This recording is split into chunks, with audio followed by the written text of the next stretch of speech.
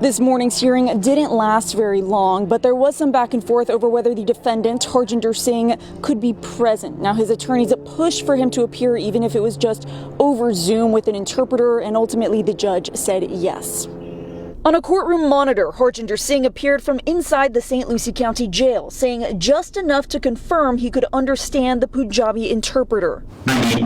Yes, Your Honor. Thursday was strictly a docket call, no arguments, no evidence. But the defense pushed hard for him to watch the proceedings in real time, and afterward, they explained why. Just imagine yourself sitting in a cell and not knowing what's going on, knowing you're accused, having no idea what's going on in the outside world. Troopers say back on August 12th, Singh made an illegal U-turn on the turnpike near Fort Pierce, blocking every northbound lane. A minivan slammed into his trailer, killing 3 people from South Florida. Singh has pleaded not guilty to 3 counts of vehicular homicide and 3 counts of manslaughter. His attorneys say this case is about more than a crash. He was being targeted because of who he was.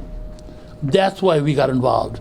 We want to take that out of the equation, to make sure it's a fair playing field. In court, the defense asked the judge to preserve all evidence, the victim's blood samples for independent testing, and the vehicles involved until their experts can inspect them. Meanwhile, federal and state records show Singh entered the U.S. illegally in 2018, failed multiple driving tests, scored 2 out of 12 on an English exam, and could only identify 1 out of 4. Yet somehow he obtained commercial licenses in Washington and California. Outside court, Sikh community leaders say this case is fueling misplaced fear and bias. One case should never be used to stigmatize an entire community. His attorneys say the focus should stay on rights, not rumors. Another tragedy doesn't make that one better. Compounding tragedies isn't the American way. Fairness is the American way. Singh remains held without bond, and the next docket call is set for January 15th as both sides prepare for a very long legal battle ahead. Reporting from outside the St. Lucie County Courthouse, I'm Katie Benty, CBS 12 News.